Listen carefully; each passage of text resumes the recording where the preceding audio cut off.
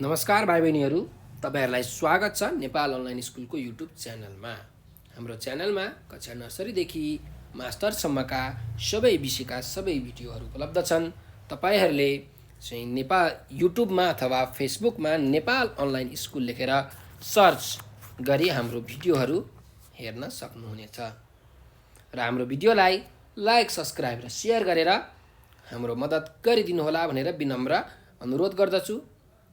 सधैँ चाहिँ म खेमराज ढकाल हजुरहरूको अगाडि उपस्थित भइसकेको छु र आज म हजुरहरूलाई कक्षा 6 को नेपाली विषयको पाठ 13 अन्तर्गतको लाग्दछ मलाई रमाइलो भन्ने जुन कविता छ, यो कविता वाचन गरेर सुनाउन गइरहेको छु र यसका अभ्यासहरू पनि हामी गर्ने नै छौँ।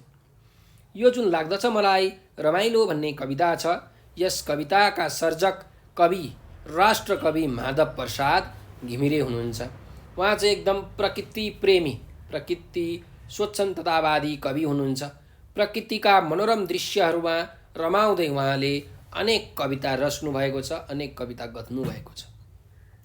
अब यो पाठ, यो कविता पढ्नुभन्दा अगाडि हामी अलिकति अगाडि जाउँ। हेर्नुहोस् त, हामीलाई चाहिँ सुन्दर लाग्ने चित्रहरू के हुन् त? यहाँ हेर्नुहोस्, चित्रहरू छन् चाहिँ तपाईले देख्नु भएको छ। यहाँ हेर्नुहोस् त, यो पहिलो चित्रमा छ जानकी मन्दिर छ। यहाँ हेर्नुहोस् त, यो जानकी मन्दिर हो है। जानकी मन्दिर भनेको जनकपुरमा रहेको चाहिँ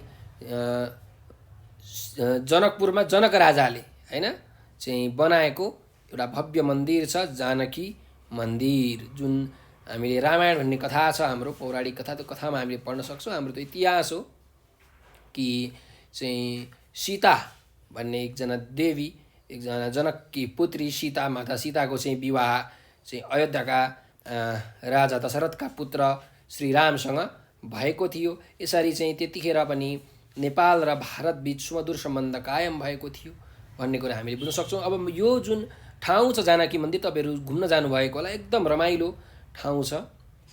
चाहिँ यहाँ भव्य चाहिँ भगवानहरूको मूर्तिहरू स्थापना गरेर यहाँ पूजाआजा गरिन्छ।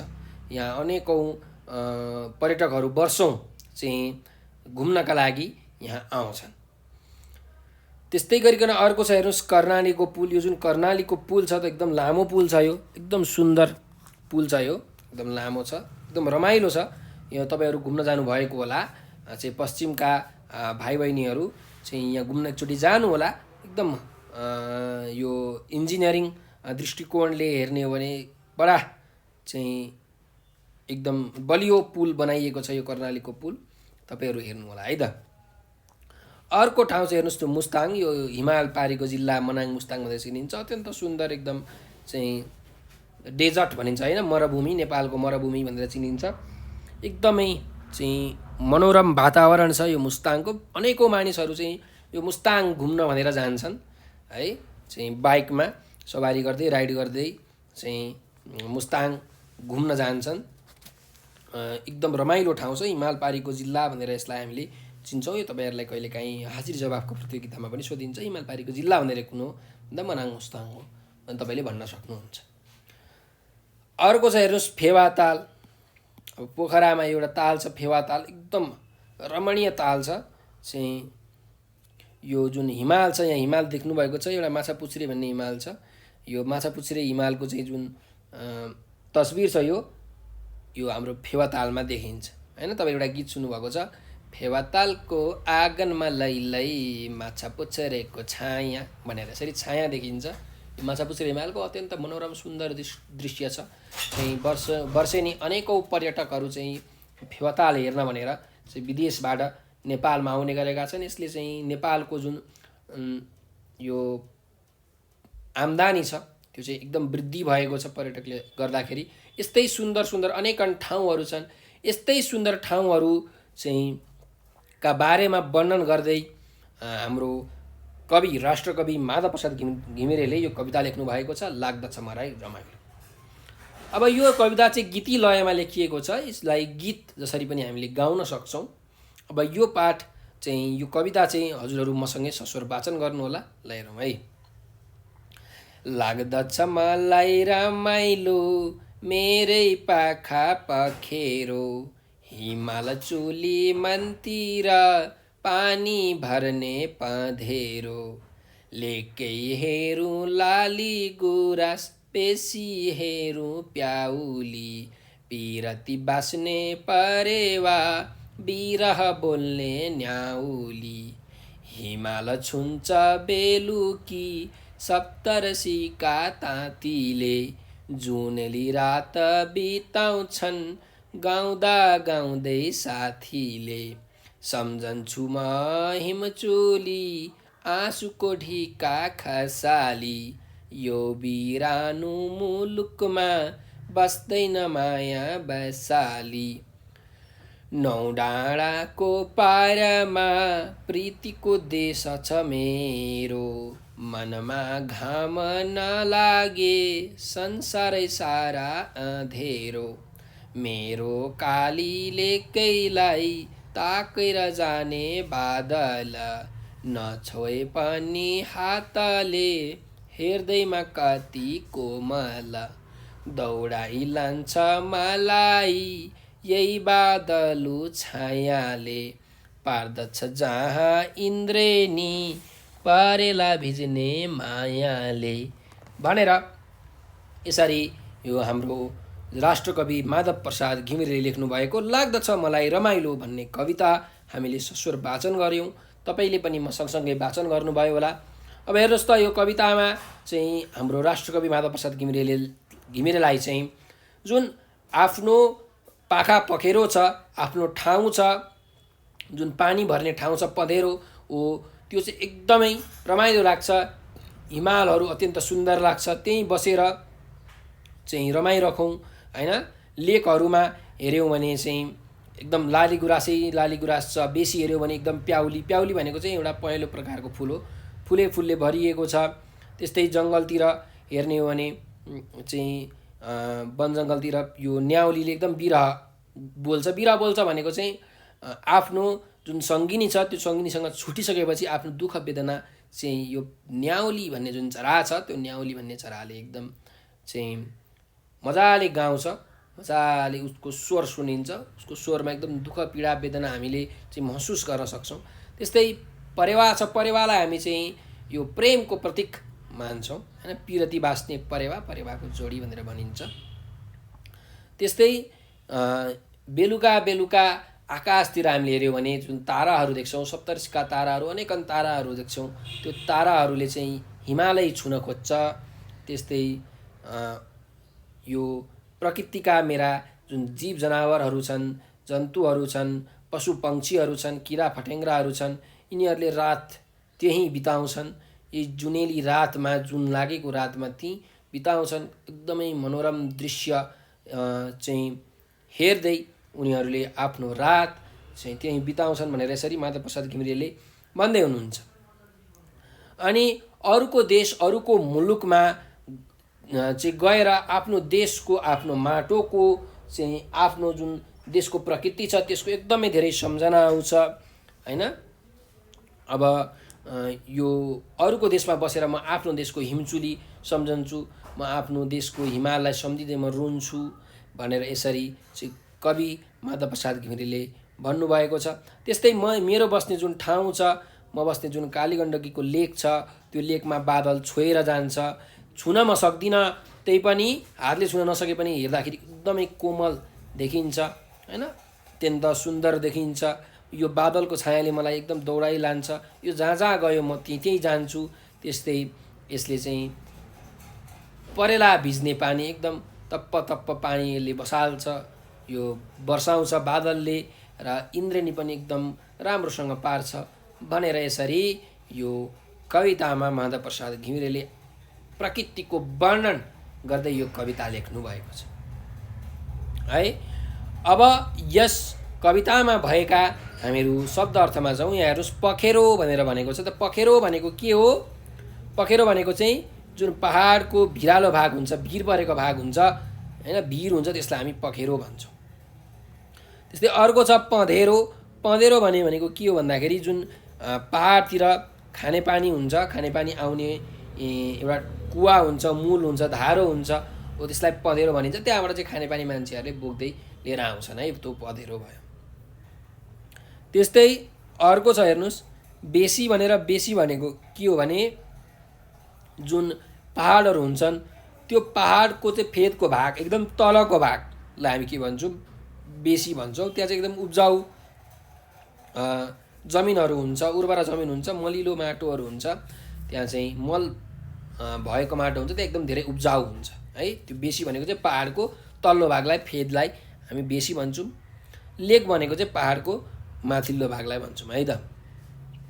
अब प्याउली भनेको छ त, प्याउली भनेको के हो त एकदमै जुन यो पहेँलो जुन रङको फुल हुन्छ त्यो पहेँलो फुल फुल्ने जुन बुटो हुन्छ अथवा त्यो फुल जुन पहेँलो फुल्छ त्यसलाई नै हामी के भन्छौँ प्याउली भनेर भन्छौँ। अनि न्याउली भनेको चाहिँ के एउटा चरा हो। कस्तो खालको चरा हो भन्दा निलो टाउको भएको, हरियो पुच्छर भएको र भुँडी चाहिँ रातो भएको है। टाउको चाहिँ निलो, पुच्छर चाहिँ हरियो तर भुँडी चाहिँ रातो भएको एउटा चरा हो यो न्याउली। त्यस्तै सप्तर्षि भनेको छ। सप्तर्षि भनेको 7वटा ऋषिहरू हुन् खासमा भन्ने हो भने। जुन यो 7वटा ताराहरू छन् ती ताराहरूको जुन समूह छ त्यसलाई हामी सप्तर्षि भनेर भन्छौँ है। एउटा ध्रुव तारा छ, त्यो ध्रुव तारा वरिपरि घुम्छ। ध्रुव तारालाई चाहिँ परिक्रमा गर्ने जुन 7वटा ताराहरूको समूह छ त्यसलाई नै हामी सप्तर्षि भन्छौँ। अब बिरानु भनेको छ। बिरानु भनेको चाहिँ हामीले नचिन्ने हैन, बिरानो ठाउँ भनेको नचिन्ने ठाउँ, नदेखेको ठाउँ, अपरिचित ठाउँलाई हामी बिरानु भन्छौँ है। अपरिचित हैन, नचिनेको यसरी। अनि पार भनेको छ। पार भनेको के हो भने कुनै पनि एउटा पहाड अथवा कुनै एउटा डाँडा छ भने त्यसको पछाडिपट्टिको भाग हुन्छ नि जुन हामीले नदेखिने भाग, पल्लो पाटो भनेर भन्छौँ। पछाडितिरको भाग त्यसलाई हामी भन्छौँ पार है। पहाड पारी भनेर भन्छौँ नि हैन, हिमाल पारी, पहाड पारी यसरी। ल अब यसको अभ्यासतर्फ हामी अघि बढौँ। यहाँ हेर्नु शब्द भण्डार छ। क नम्बरमा छ त समूहवाची शब्द लेख्नुहोस् भनेर भनेको छ। अब यो नामको प्रकार हो। नामको प्रकारमा हामीले व्याकरणमा पढिसकेका छौँ। त व्यक्तिवाचक नाम, जातिवाचक नाम, समूहवाचक नाम, भाववाचक नाम भनेर द्रव्यवाचक नाम नामका प्रकारहरू। अब यहाँ समूहवाचक नामहरू लेख्नुपर्ने छ। जसरी यहाँ हेर्नुहोस् कमिलाको के छ त ताँती छ। अब यहाँ अर्को छ हेर्नुहोस् त अङ्गुरको के हुन्छ। अङ्गुरको अङ्गुरको झुप्पो है। अङ्गुरको झुप्पो हुन्छ है। समूहवाचक नाम हो है। अङ्गुरको समूह बुझाउनेलाई झुप्पो भनिन्छ। अर्को छ हेर्नुहोस् अन्नको। अन्नको के हुन्छ। अन्नको रास है। अन्नको रास। त्यस्तै हाँसको के हुन्छ। हाँसको लस्कर हैन। हाँस के हुन्छ लाइन लाइन हिँड्छ नि, एउटा अगाडि अर्को पछाडि अर्को पछाडि यसरी लस्करमा हिँड्छ, त्यही भएर हाँसको लस्कर। अर्को हेरौँ मानिसको मानिसको भिड है। मानिसको भिड मान्छेको भिड हुन्छ हैन, मान्छेको समूहलाई भिड भनिन्छ। गाईबस्तुको गाईबस्तुको बथान। ल गाईबस्तुको समूह बुझाउने शब्दलाई बथान भनिन्छ। अर्को धुवाको धुवाको मुस्लो है। कस्तो धेरै धुवा आएछ, धुवाको मुस्लो भनेर भन्छौँ नि हामी हो यसरी। धुवाको मुस्लो यो समूहवाचक शब्द हो। अनि फुलको के हुन्छ त। फुलको बिटो हैन। एक बिटो मलाई फुल दिनु न भनेर भनिन्छ नि। फुले फुलको समूहलाई बिटो भन्ने गरिन्छ है त। ल अब यो जुन समूहवाचक शब्दहरू हामीले लेखिसकेका छौँ। अब त्यसो भए हामी अर्को अभ्यासतर्फ अघि बढौँ। अर्को अभ्यास छ उदाहरणमा दिए जस्तै सँगसँगै आउने शब्द लेख्नुहोस् भनेर अभ्यास नम्बर 2 मा यहाँ दिएको छ। ल हेरौँ। जस्तो कि यहाँ हेर्नुहोस् उदाहरणमा पाखा भनेर छ। पाखा सँगसँगै आउने पाखा पखेरो है। ल अर्को हेरौँ मिठो भनेर छ। अनि मिठोसँगै अर्को आउने शब्द के हो। मिठो मसिनो हैन।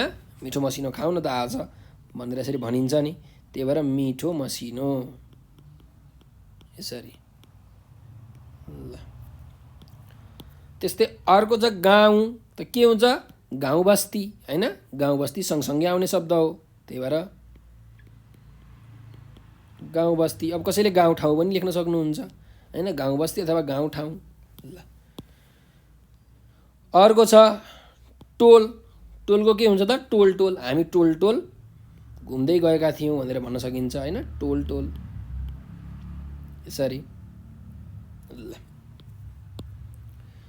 त्यस्तै खेत, अब खेत भन्ने शब्दमा अर्को कुन शब्द जोडिन्छ त खेतबारी होइन, खेतबारी भनेर भनिन्छ नि होइन, हाम्रो बुवाको चाहिँ एकदम धेरै खेतबारी छ भनेर भनिन्छ। यसरी यो खेत र बारी भन्ने शब्द एकचोटि जोडिएर आउँछ है। अर्को छ दाल भनेपछि के हुन्छ, दालसँगै अर्को जोडिएर आउने भात, दाल भात होइन, आज हामीले घरमा दाल भात खायौँ भनेर भन्छौँ नि हामी होइन, यसरी। अर्को शब्दमा जाउँ, सहर भनेपछि सहरसँगै अर्को आउने शब्द के हुन्छ त सहर बजार होइन, त्यही भएर तपाईँले लेख्न सक्नुहुन्छ सहर बजार। ल अनि बाटो भनेर भनेको छ, बाटोसँग अर्को आउने शब्द के हो त घाटो, बाटो घाटो होइन, हाम्रो गाउँमा अनेक बाटो घाटो छन् भनेर यसरी भनिन्छ नि होइन, बाटोसँग आउने शब्द भनेको बाटो घाटो। ल अब अभ्यास नम्बर 3 मा जाउँ हामीहरू। अभ्यास नम्बर 3 मा छ वाक्यमा प्रयोग गर्नुहोस् भनेर भनेको छ, वाक्यमा प्रयोग गरौँ है त। अब पाखा पखेरो भन्ने छ, अब पाखा पखेरोको वाक्य बनाउनु पर्यो भने मलाई मेरो देशको पाखा पखेरो प्यारो लाग्छ, मलाई मेरो देशको पाखा पखेरो प्यारो लाग्छ भनेर यसरी तपाईँले वाक्य बनाउन सक्नुहुन्छ। अर्को शब्दमा जाउँ, पँधेरो, पहाडमा मानिसहरू पँधेरोमा पानी भर्न जान्छन्, यसरी वाक्य बनाउन सकिन्छ है। ल अर्को शब्दमा जाउँ, लेक होइन, चाहिँ पहाडको लेकैभरि लाली गुराँस फुल फुलेका छन् भनेर यसरी हामीले वाक्य बनाउन सक्छौँ है। ल अर्को छ जुनेली, जुनेली रातमा जुनकिरीहरू झ्याउ झ्याउ गर्दै कराउँछन् भनेर यसरी हामीले वाक्य बनाउन सक्छौँ है, जुनेली रातमा जुनकिरीहरू झ्याउ झ्याउ गर्दै कराउँछन्। ल त्यस्तै अर्को छ कोमल भनेर भनेको छ होइन, त्यही भएर अब यसको वाक्य बनाउन सकिन्छ, मानिसको हृदय अत्यन्त कोमल हुन्छ, यसरी पनि तपाईँले वाक्य बनाउन सक्नुहुन्छ है, एकदम पग्लिने खालको एकदम कोमल हुन्छ भनेर भनेको, यसरी वाक्य बनाउन हामीले सक्छौँ। तपाईँहरूले पनि आफ्नो बुवा आमालाई सोधेर अथवा आफ्नो साथीभाइहरूसँग छलफल गरेर यस्तै अरू वाक्यहरू बनाउन सकिन्छ। मैले उदाहरणका लागि एक एकवटा वाक्य बनाइदिएको छु, तपाईँहरूले सुनेर यो पनि लेख्न सक्नुहुन्छ। अब बोध र अभिव्यक्तिमा जाउँ। बोध र अभिव्यक्तिमा हेर्नुहोस्, हाम्रो पहिलो छ यहाँ प्रश्न, लाग्दछ मलाई रमाइलो कविता लय हालेर वाचन गर्नुहोस् र वाचन गरेर मिले नमिलेको छलफल गर्नुहोस् भनेको छ। अब मैले वाचन गरेर तपाईँहरूलाई सुनाइसकेको छु, तपाईँहरूले पनि यो वाचन गर्नुहोला र मिल्यो कि मिलेन भनेर चाहिँ जाँच गर्नुहोला, चेक गर्नुहोला, छलफल गर्नुहोला है त। ल अब अर्को अभ्यासमा जाउँ। अभ्यास नम्बर 2 मा चाहिँ हेर्नुहोस्, दिएको शब्द उच्चारण गर्नुहोस् भनेको छ, मसँगसँगै उच्चारण गर्नु है त। प्याउली भन्नुहोस् त, प्याउली, प्याउली। ल ठिक छ, प्याउली भनेको के हो अरे त एक प्रकारको पहेँलो फुललाई हामी प्याउली भन्छौँ है। ल अर्को शब्दमा जाउँ, पँधेरो भनेको छ, पँधेरो, फेरि भन्नुहोस् पँधेरो होइन, पानी भर्ने ठाउँलाई पँधेरो भनिन्छ, खाने पानी भर्ने ठाउँ। पिराती, फेरि भन्नुहोस् पिराती, पिराती हो, पिरती भनेको चाहिँ माया प्रेमलाई पिरती भनिन्छ। अब अर्को भन्नुहोस् सप्तर्षि, फेरि भन्नुहोस् त सप्तर्षि हो, सप्तर्षि। सप्तर्षि भनेको 7 वटा ऋषिहरूको समूह अथवा भनौँ न 7 वटा ताराहरूको समूह सप्तर्षि है। ल अर्को भन्नुहोस् डाँडा होइन, डाँडा, डाँडा, डाँडा भनेको चाहिँ अलिकति माथिल्लो भाग, कुनै पनि ठाउँको माथिल्लो भागलाई हामी के भन्छौँ डाँडा भन्छौँ, माथि रहेको भागलाई डाँडा भनिन्छ है, डाँडा काँडा भनेर भनिन्छ नि होइन हो। ल अर्को शब्द छ इन्द्रेणी। इन्द्रेणी इन्द्रेणी इन्द्रेणी भनेको चाहिँ जुन पानी पर्दाखेरि घाम पानी लाग्दाखेरि तपाईँले देख्नुहुन्छ नि 7वटा रङहरूको समूह, त्यसलाई नै हामी के भन्छौँ? इन्द्रेणी भन्छौँ। रेनबो भनिन्छ अङ्ग्रेजीमा। 7वटा विभिन्न रङहरूको चाहिँ समूह हुन्छ इन्द्रेणीमा, त्यो हामीले देख्छौँ है पानी परेको बेलामा, घाम पानी लागेको बेलामा। ल यो अभ्यास पनि हाम्रो सकिएको छ। अब अर्को अभ्यासमा जाउँ। अभ्यास नम्बर 3मा छुटेका शब्दभरि कविता पुरा गर्नुहोस् भनेर भनेको छ है। अब हामीले यो कविता त पढिसकेका छौँ। यो कविताबाट हामीले छुटेका शब्दहरू चाहिँ यहाँ लेखौँ है त। ल हेरौँ। लेकै हेरौँ लाली गुराँस बेसी हेरौँ प्याउली, पिरती बाँच्ने परेवा बिरह बोल्ने न्याउली। होइन भनेपछि यहाँ के हुने रहेछ त? लेकै हेरौँ लाली गुराँस भनेपछि यहाँ लेख्नु लाली गुराँस है यसरी। ल त्यस्तै पिरती बाँच्ने परेवा बिरह बोल्ने न्याउली, बिरह बोल्ने न्याउली यसरी तपाईँहरूले लेख्न सक्नुहुन्छ। अर्कोमा जाउँ। हिमाल छुन्छ बेलुकी सप्तर्षिका तातीले, जुनेली रात बिताउँछन् गाउँदा गाउँदै साथीले। भनेपछि के हुने रहेछ त यहाँ? हिमाल छुन्छ बेलुकी, यहाँ हिमाल हुने रहेछ है। त्यस्तै गरिकन सप्तर्षिका तातीले, होइन यहाँ लेख्नु पर्यो तपाईँले तातीले है।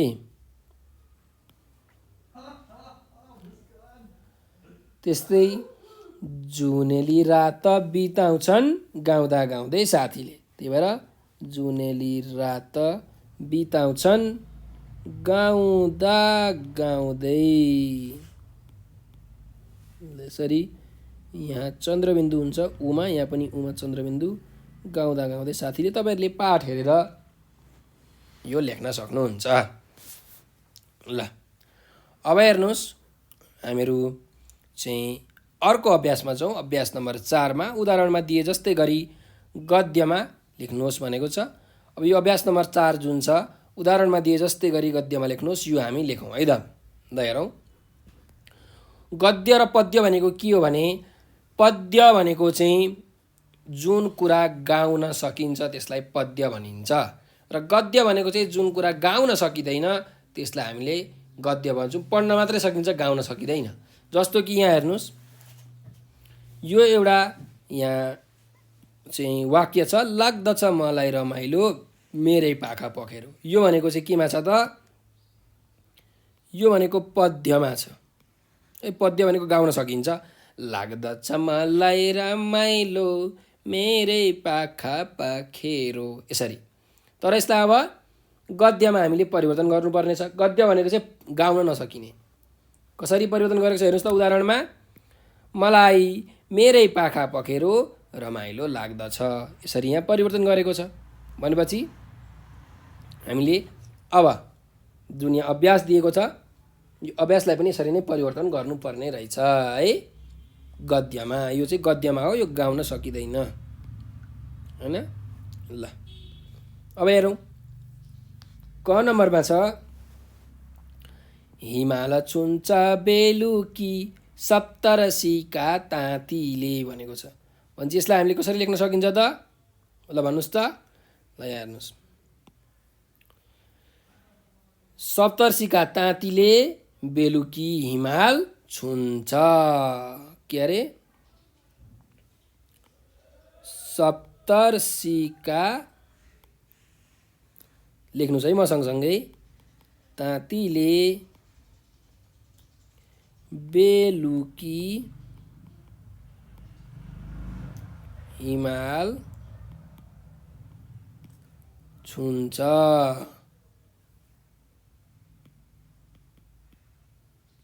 यसरी लेख्नुहोस्। त्यस्तै अब अर्कोमा जाउँ। ख नम्बरमा जुनेली रात बिताउँछन् गाउँदा गाउँदै साथीले भनेर भनेको छ त। यसलाई कसरी हामीले परिवर्तन गर्ने त गद्यमा भन्दा साथीले गाउँदा गाउँदै जुनेली रात बिताउँछन् यसरी तपाईँले लेख्न सक्नुहुन्छ है। ल लेख्नुहोस्, साथीले गाउँदा गाउँदै जुनेली रात बिताउँछन्। ल अर्को वाक्यमा जाउँ। सम्झन्छु म हिमचुली आँसुको ढिक्का खसाली भनेर भनेको छ। भनेपछि यसलाई हामीले अब गद्यमा परिवर्तन गर्नुपर्नेछ। भनेपछि कसरी गर्न सकिन्छ त आँसुको ढिक्का खसाली म हिमचुली सम्झन्छु भनेर यसरी तपाईँले चाहिँ वाक्य बनाउन सक्नुहुन्छ। अथवा यसरी पनि बनाउन सक्नुहुन्छ, म आँसुको ढिक्का खसाली हिमचुली सम्झन्छु है। यसरी के अरे, म आँसुको ढिक्का खसाली हिमचुली सम्झन्छु भनेर पनि तपाईँले लेख्न सक्नुहुन्छ है त। ल अर्को जाउँ। दौडाइ लान्छ मलाई यही बादलु छायाले भनेर भनेको छ। अब यसलाई हामीले कसरी परिवर्तन गर्ने गद्यमा भन्दा मलाई यही बादलु छायाले दौडाइ लान्छ। के अरे, मलाई यही बादलु छायाले दौडाइ लान्छ भनेर यसरी तपाईँले परिवर्तन गर्न सक्नुहुन्छ है त। ल अब अर्को अभ्यासमा जाउँ। अभ्यास नम्बर 5। ल हेर्नुहोस्, पाठका आधारमा उत्तर भन्नुहोस् भनेर भनेको छ। अब हामीले त पाठ पढिसकेका छौँ। हेरौँ है त के छ प्रश्न। क नम्बरको प्रश्न छ, कविलाई कुन ठाउँ रमाइलो लाग्छ भनेर भनेको छ। कविलाई कुन ठाउँ रमाइलो लाग्छ? आफ्नै पाखा पखेरो रमाइलो लाग्छ। त्यही भएर यसको उत्तर लेख्नुहोस्, कविलाई आफ्नै पाखा पखेरो रमाइलो लाग्छ है। ल अर्को प्रश्नमा जाउँ। लेकमा कुन फुल फुलेको छ भनेर भनेको छ।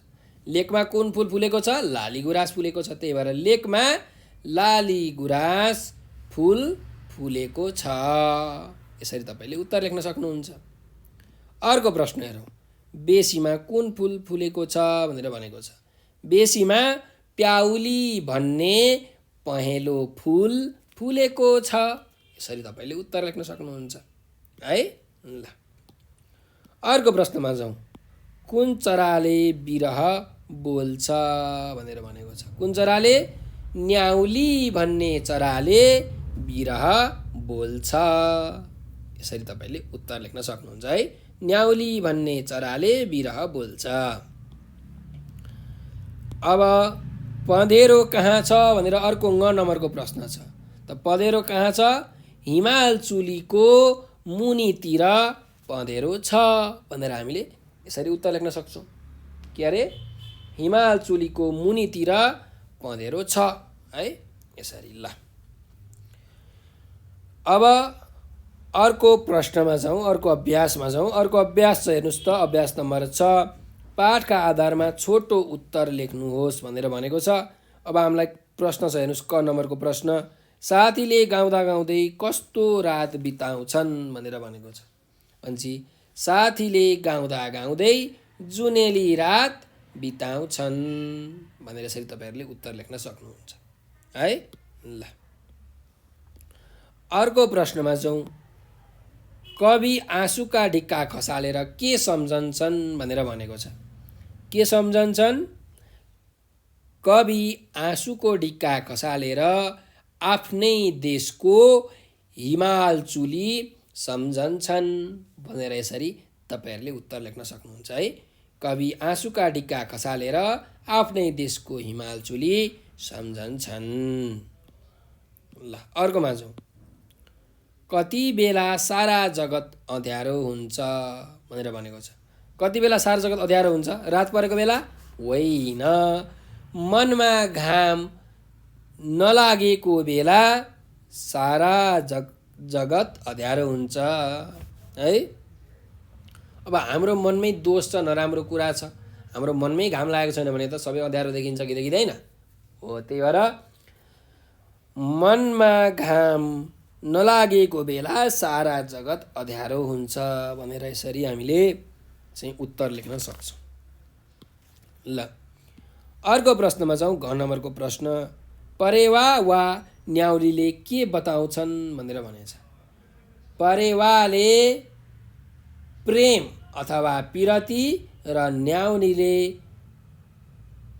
विरह अथवा कोहीसँग छुटेको दुःख बताउँछन् है। के अरे परेवाले प्रेम अथवा पिरती हैन र न्याउलीले विरह अथवा कोहीसँग छुटेको दुःख बताउँछन् भनेर यसरी उत्तर लेख्न सकिन्छ है। ल अब 9 नम्बरको अन्तिम प्रश्न छ यसको हेर्नुस्। कविको मनलाई केले दौडाइ लान्छ भनेर भनेको छ त। कविको मनलाई केले दौडाइ लान्छ? कविको मनलाई लेखलाई छोएर जाने बादलको छायाले दौडाइ लान्छ। के अरे कविको मनलाई लेखलाई छोएर जाने बादलको छायाले दौडाइ लान्छ भनेर यसरी उत्तर लेख्न सक्छौँ हैन। ल अब अर्को अभ्यासमा जाउँ। अभ्यास नम्बर 7 मा भाव विस्तार गर्नुहोस् भनेर भनेको छ। अब यसले भन्न खोजेको कुरा के हो त, यो हामीले विस्तार गर्नु पर्यो। यहाँ हेरौँ के भनेको छ। 9 डाँडाको पारमा पिरतीको देश छ मेरो, मनमा घाम नलागे संसारै सारा अँधेरो भनेर भनेको छ। अब यसले भन्न खोजेको कुरा के हो त भन्दा चाहिँ अब विदेशमा हुनुभएका जुन महानुभावहरू हुनुहुन्छन्, मानिसहरू छन् विदेशमा भएका मानिसहरू, तिनीहरूको लागि चाहिँ 9 डाँडा पारी के छ त, हाम्रो देश चाहिँ धेरै पर छ हैन। आफ्नो देश, विदेशमा बस्ने मानिसहरूको लागि आफ्नो देश निकै पर छ हैन। भनेको बेलामा जान सकिँदैन। आफ्नो देश सबैलाई प्यारो हुन्छ, हरेक मानिसलाई आफ्नो देश प्यारो लाग्छ। चाहिँ तिनीहरूलाई पनि, विदेशमा भएका मानिसहरूलाई पनि आफ्नो देश चाहिँ प्यारो लाग्छ हैन। आफ्नो देशको जुन हिमालचुली छ, पाखा पखेरो छ, पानी भर्ने जुन पँधेरो छ, तिनीहरूको सम्झना आउँछ, आमा बुवाको सम्झना आउँछ। भनेको बेलामा तिनीहरूलाई भेट गर्न सकिँदैन। यो अरूको देशमा बसेर चाहिँ मलाई मेरो देशको एकदमै धेरै सम्झना आउँछ। यदि चाहिँ मेरो मनमा नराम्रो कुरा छ भने, मैले नराम्रो विचार, नराम्रो सोच विचार राखेको छु भने मैले संसारमा सबै कुरा नराम्रो नै देख्छु है। सबै कुरा आफूलाई हित नहुने नै देख्छु। त्यसैले यदि हाम्रो मनमा राम्रो विचार, सुविचार हैन, उचित विचार छैन भने हामीले कहिल्यै पनि बाहिर राम्रो कुरा, उचित कुरा देख्न सक्दैनौँ। त्यसैले हामीले आफ्नो चाहिँ मन एकदम सफा, सुन्दर, स्वच्छ राख्नुपर्छ। आफू उज्यालो भयो भने संसार पनि उज्यालो देखिन्छ। आफ्नो चाहिँ मन नै अँध्यारो छ, मनमा छाया भरिएको छ भने संसार पनि त्यस्तै देखिन्छ भनेर यसले भन्न खोजेको है त। यो हरफले तपाईले यसरी यसको भाव विस्तार गर्न सक्नुहुन्छ। यसले भन्न खोजेको अर्थ तपाईले चाहिँ लेख्न सक्नुहुन्छ। अब हेरौँ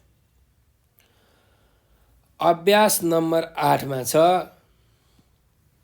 लाग्दछ मलाई रमाइलो कवितामा व्यक्त भएका मुख्य विषयवस्तु आफ्नै शैलीमा लेख्नुहोस् भनेर भनेको छ। अब जुन मुख्य विषयवस्तुहरू छन् त्यो हामीले आफै लेखौँ। अब के विषयवस्तु छन् त हेर्नुस् त। मलाई मेरो आफ्नो गाउँ बस्ती एकदम सुन्दर लाग्छ। लेकहरूमा लाली गुराँस र बेसीहरूमा प्याउली फुलहरू फुलेका छन्। परेवाले चाहिँ प्रेम गर्दै र न्याउलीले बिरहको गीत गाउँदै आफ्नो जिन्दगीहरू बिताउँछन्। जुनेली रातमा चाहिँ आकाशमा लागेका सुन्दर ताराहरूको दृश्य हेर्दै मेरो साथीले गीतहरू गाउँछ। अरूको देशमा बसेर म आफ्नो देशको हिमालचुलीलाई चाहिँ आँसु खसाउँदै सम्झन्छु। म बस्ने लेकमा लाग्ने बादल अत्यन्त कोमल छ। लेकलाई हातले छुन नसके पनि ती अत्यन्त कोमल बादलहरूको छायाले मलाई डोर्याइ लाग्दछ, दौडाइ लाग्छ र एकदम मायाले परेला भिजाउने पानी चाहिँ वर्षाउँदै इन्द्रेणीको दर्शन मलाई बादलले दिन्छ भनेर तपाईले यसरी चाहिँ विषयवस्तुहरूलाई आफ्नो शैलीमा मैले भने जसै गरिकन लेख्न सक्नुहुन्छ है अनुच्छेदमा। ल अब जुन मैले अहिले यहाँ प्रश्नहरूको उत्तर भने, त्यस्तै भाव विस्तार गरे, जस्तै यो 8 नम्बरको आफ्नै शैलीमा लेखेँ। तपाईँले यसलाई चाहिँ ध्यान दिएर सुन्नु होला, ध्यानपूर्वक सुन्नु होला र आफ्नो कापीमा लेखेर शिक्षकलाई देखाउनु होला है त। अब हामी अर्को अभ्यासमा जाउँ। अभ्यास नम्बर 9 छ, हेर्नुहोस् यहाँ। तलको कविताको अंश लय हालेर पढ्नुहोस् र सोधिएका प्रश्नको उत्तर दिनुहोस् भनेको छ। यहाँ एउटा कविताको एउटा सानो अंश दिएको छ, यो हामी पढौँ र यहाँ प्रश्नहरू तल दिएका छन्, तपाईँहरू देख्न सक्नुहुन्छ। 3टा प्रश्न छ हो। यो प्रश्नहरू चाहिँ हामीले गर्नुपर्ने छ। यी प्रश्नको उत्तरहरू हामीले लेख्नुपर्ने छ है त। ल हेरौँ। प्रकृति हो खुला पुस्तक, प्रकृति नै गुरु, गुरु थापी प्रकृतिलाई पढ्न गर्छु सुरु। पानी मेरो ठुलो गुरु, पूजा गर्छु पानी, पानी जस्तै सफा राख्छु मेरो आनी बानी। पानी जस्तै सङ्लिएर बाँच्न सिक्नुपर्छ, काँडाभित्र फुल जस्तै हाँस्न सिक्नुपर्छ भनेर यसरी यो एउटा कविताको अंश दिएको छ। अब यहाँ यो कविताको अंशमा के भनिएको छ भने प्रकृति नै चाहिँ गुरु हो। प्रकृतिमा पानी छ हैन, पानी जस्ता अनेकन चाहिँ कुराहरू छन्। प्रकृतिलाई नै म मेरो गुरु बनाउँछु, मेरो शिक्षक बनाउँछु। म प्रकृतिबाट धेरै कुराहरू सिक्न सक्छु हैन। अब यहाँ चाहिँ पानीबाट चाहिँ मैले धेरै कुराहरू सिक्न सक्छु। पानी जस्तै सङ्लो भएर अरूकोलाई चाहिँ स्वच्छ बनाएर पनि आफू चाहिँ स्वच्छ रहने किसिमको वातावरण हामीले आफूले मिलाउनु पर्छ। हामी पनि त्यस्तै हुनुपर्छ, पानी जस्तै सफा हुनुपर्छ। त्यस्तै फुलबाट पनि मैले सिक्न सक्छु। काँडै काँडाको बिचमा फुल उम्रिन्छ हैन, फुल फुल्छ। त्यो काँडै काँडाको बिचमा जसरी फुल फुल्छ त्यस्तै गरिकन नराम्रो वातावरणमा पनि हामीले राम्रो हुन सिक्नुपर्छ। वातावरण जस्तो सुकै होस्, हामीले चाहिँ एकदम इमान्दार, मेहनती, परिश्रमी मानिस भएर बाँच्नुपर्छ भन्ने कुरा यहाँ यो कविताको अंशले हामीलाई सिकाएको छ। अब तल यहाँ प्रश्नहरू सोधिएका छन्, यी प्रश्नहरूको उत्तर हामी गरौँ, हेरौँ है त। क नम्बरको प्रश्न छ, प्रकृति कस्तो पुस्तक हो भनेर भनेको छ। त प्रकृति कस्तो पुस्तक हो? प्रकृति खुला पुस्तक हो, किनकि जसले पनि पढ्न सक्छ प्रकृतिलाई, त्यही भएर प्रकृति खुला पुस्तक हो भनेर यसरी हामीले उत्तर लेख्न सक्छौँ। अब जाउँ अर्को प्रश्नमा। हाम्रो आनी बानीलाई कसरी सफा राख्नुपर्छ भनेर भनेको छ। कसरी सफा राख्नुपर्छ? पानी जस्तै गरेर हामीले हाम्रो आनी बानीलाई सफा राख्नुपर्छ हैन। अरूलाई धोएर पनि आफू सफा हुने पानी जस्तै हामीले हाम्रो आनी बानीलाई सफा राख्नुपर्छ भनेर पनि तपाईले उत्तर लेख्न सक्नुहुन्छ है। ल ग नम्बरको प्रश्न चाहिँ हेर्नुस् त, कस्तो कठिनाइमा पनि फुल हाँस्न सक्छ भनेर भनेको छ। कस्तो कठिनाइमा? काँडै काँडाको भित्र फुले पनि फुल हाँस्न सक्छ हैन। काँडै काँडाको बिचमा रहेर पनि फुल हाँस्न सक्छ हैन। त्यस्तो खालको कठिनाइ उसले भोग्नुपर्छ है। यसरी तपाईले चाहिँ यसको उत्तर लेख्न सक्नुहुन्छ कि काँडै काँडाको बिचमा भएको कठिनाइमा पनि फुल हाँस्न सक्छ, यसरी पनि उत्तर लेख्न सक्नुहुन्छ। ल अब अर्को अभ्यासमा जाउँ। अभ्यास नम्बर 10 मा छ, हेर्नुहोस् त यहाँ अन्तिम अभ्यास छ। दिएका विषयवस्तु कसरी र किन हेरचाह गर्नुहुन्छ, एक अनुच्छेदमा वर्णन गर्नुहोस् भनेर भनेको छ। अब यहाँ दिएका शब्दहरू के छन् हेर्नुहोस् त। भाइ बहिनी, हजुरआमा, हजुरबुवा, बुवा आमा, बिरामी, आफन्त, गाईबस्तु हो। यिनीहरूको कसरी हेरचाह गर्नुहुन्छ र किन हेरचाह गर्नुहुन्छ तपाईँले लेख्नु पर्यो अनुच्छेदमा। अब हेर्नुहोस् त, हामीले आफ्नो बुवा आमाको हेरचाह गर्नुपर्छ। हामी कसरी गर्छौँ चाहिँ बुवा आमाले भनेको मानेर उहाँहरूलाई कामहरू सघाएर हो कि होइन। ठुलो भएपछि आफूले चाहिँ कमाएर बुवाहरूलाई आमाहरूलाई पाल्नुपर्छ। आफ्नो जिम्मेवारी, आफ्नो कर्तव्य निर्वाह गर्नुपर्छ। आफ्नो हजुरबुवा हजुरआमाको सम्मान गर्नुपर्छ, उहाँले भनेको टेर्नुपर्छ हैन। चाहिँ आदर सम्मान पूर्वक उहाँलाई राख्नुपर्छ। आफ्नो भाइ बहिनीहरूलाई पिट्नु हुँदैन, माया गर्नुपर्छ हैन।